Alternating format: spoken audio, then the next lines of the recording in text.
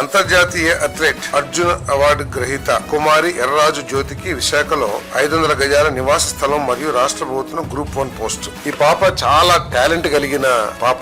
రాబోయే ఒలింపిక్స్ లో మన భారతదేశం తరపున మెడల్ సాధించగలిగిన సత్తా ఉన్న పాప. చాలా పేదరికం నుంచి వచ్చి అనేక ఇబ్బందులు పడుతూ కూడా భారతదేశ గౌరవాన్ని కాపాడుతుందని చెప్పేసి కూడా తెలియజేస్తాను. మరి అంతర్జాతీయ స్థాయిలో అథ్లెటిక్స్ లో పలు విజయాలు సాధించిన ఎర్రాజు జ్యోతికి ప్రభుత్వం నుండి 76.25 లక్షల నగదు ప్రోత్సాహం ఇప్పటికే ప్రభుత్వం ఇచ్చింది. వివిధ పథకాలు సాధించినందుకు 9.25 లక్షల నగదు ప్రోత్సాహం. 27 మే 2025 31 వరకు దక్షిణ కొరియాలో గుమ్మీలో నిర్వహించిన 26వ ఆసియా అథ్లెటిక్స్ ఛాంపియన్షిప్ లో పథకం సాధించినందుకు 8 లక్షల నగదు ప్రోత్సాహం. 62వ national inter state senior athletics championship 2023 లో పథకం సాధించినందుకు 1,25,000. రాబోయే అంతర్జాతీయ టోర్నమెంట్లకు సిద్ధమయ్యేందుకు డైట్ ఇతర అవసరాల కోసం 22.6 లక్షల ఆర్థిక సాయం. రానున్న కామన్వెల్త్ గేమ్స్ లో ఆసియా క్రీడలకు సన్నద్ధమయ్యేందుకు అంతర్జాతీయ శిక్షణ నిమిత్తం 21.1 లక్ష ఆర్థిక సాయం కూడా ప్రభుత్వం అందిస్తుందని చెప్పేసి మనం చేస్తాను.